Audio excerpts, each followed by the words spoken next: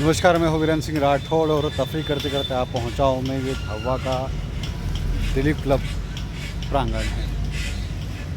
और यहाँ पे मैं काफ़ी सारी अलग अलग चीज़ें आपको बताने वाला हूँ।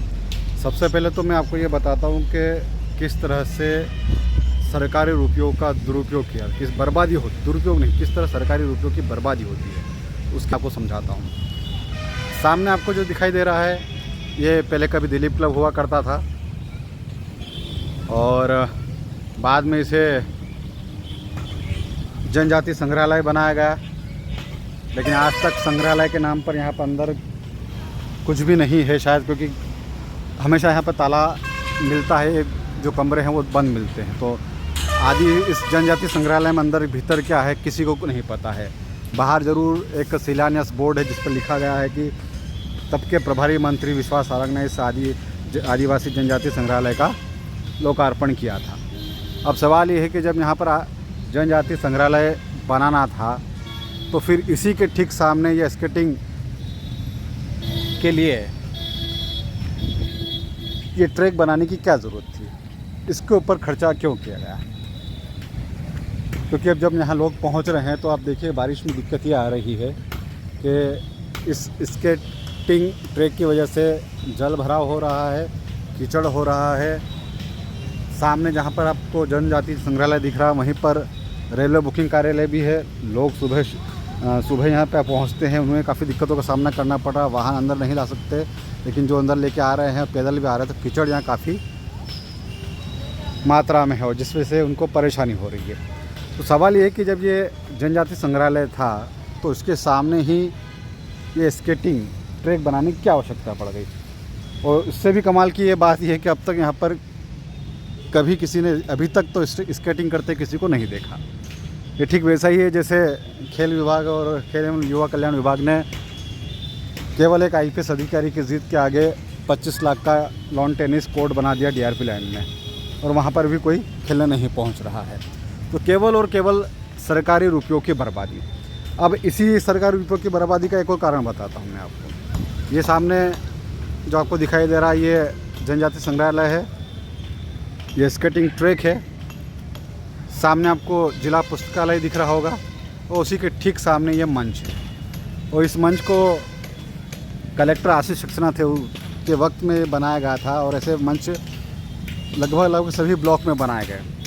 और इसलिए बनाए गए थे कि यहाँ पर सांस्कृतिक प्रस्तुतियों के लिए शहर में कहीं जगह नहीं हो तो ऐसे मंच होना चाहिए। जहाँ पर कोई मेला हो या किस तरह का आयोजन हो तो मंच बनाकर कुछ कार्यक्रम आयोजित किए जा सकें, इसलिए मंच बनाया गया था।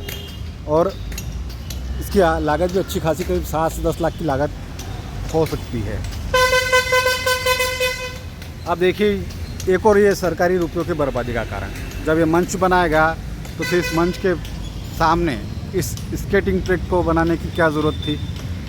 अगर यहाँ पर कुछ कार्यक्रम किया जाएगा या कुछ भी आयोजन होगा तो लोगों को बैठने के लिए कम से कम जगह तो चाहिए। अब इस मंच के सामने इस स्केटिंग ट्रैक को बना दिया गया, अब जगह बची नहीं, वाहन कहाँ खड़े होंगे। अगर यहाँ आयोजन भी होता है तो कितनी कुर्सियाँ लोग लग सकती, कितने लोग बैठ सकते हैं, और क्या ये स्केटिंग ट्रैक बनाने के बाद यहाँ पर आयोजन हो पाएगा। तो ये 3 तस्वीरें मैं आपको बता रहा हूँ सरकारी रुपयों के जो है उसकी बर्बादी की। जनजाति संग्रहालय लाखों रुपए खर्च हो गए, लेकिन आज तक इसके दरवाजे नहीं खुले, भीतर क्या है किसी को नहीं पता। ये भी आशीष सक्सेना जो कलेक्टर थे उनके समय की बात है, लेकिन रुपयों की बर्बादी।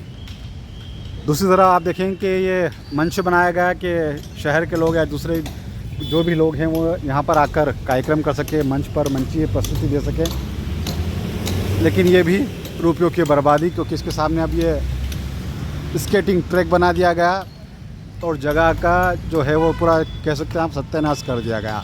अगर यहाँ मंच है तो अब इतनी छोटी सी जगह में कौन कार्यक्रम करेगा। तो 3 उदाहरण आपको दिखाई दे रहे हैं, और स्केटिंग बोर्ड पे जो खर्चा है उसमें आज तक किसी ने यहाँ पर स्केटिंग करते हुए नहीं देखा है। इसी तरह सरकारी रुपयों की बर्बादी DRP लाइन में एक IPS अधिकारी की जिद पर की, वहाँ पर 25 लाख का लॉन टेनिस कोर्ट बनाया गया, लेकिन वहाँ पर भी अब कोई खेलने शायद ही पहुँचता होगा। अब सवाल ये पूछा जाना चाहिए इन अधिकारियों से कि क्या सोच समझ कर ये मंच बनाएगा, ये जनजाति संग्रहालय बनाएगा और ये स्केटिंग बोर्ड बनाएगा। और अब ताज़ा जो हालात यहाँ के ये हैं कि यहाँ पर जिला पुस्तकालय भवन लगता है, जिसके सामने काफ़ी मात्रा में जल भराव और कीचड़ है, लोगों को आने जाने में परेशानी हो रही है। तो उम्मीद यही करेंगे कि इस ओर ध्यान दिया जाएगा, लेकिन अब तो बर्बाद हो चुका है पैसा। लेकिन कोई ऐसा रास्ता निकाला जाए, कम से कम जनजाति संग्रहालय ही को खोल दिया जाए। यहाँ पर झाबुआ ज़िले के अलग अलग जगहों पर काफ़ी सारी ऐसी चीज़ें मिलती हैं जो अपने आप में काफ़ी ऐतिहासिक महत्व रखती हैं, पुरातात्विक महत्व रखती हैं। कम से कम वो मूर्तियाँ, वो शिलालेख, वो अवशेष ही यहाँ पर लाकर रख दिए जाएँ तो कम से कम लोग के देखने के लिए कुछ तो इस जनजाति संग्रहालय में होगा। अगर आपको हमारी ये बात पसंद आती हो तो आप हमारे चैनल को सब्सक्राइब करें, लाइक करें, शेयर करें, कमेंट करो, अपने सुझाव हम तक पहुंचाएं। फेसबुक पर अगर आप हमें देख रहे हो तो इस हमारे वीडियो को शेयर करना ना भूलें। बहुत बहुत शुक्रिया।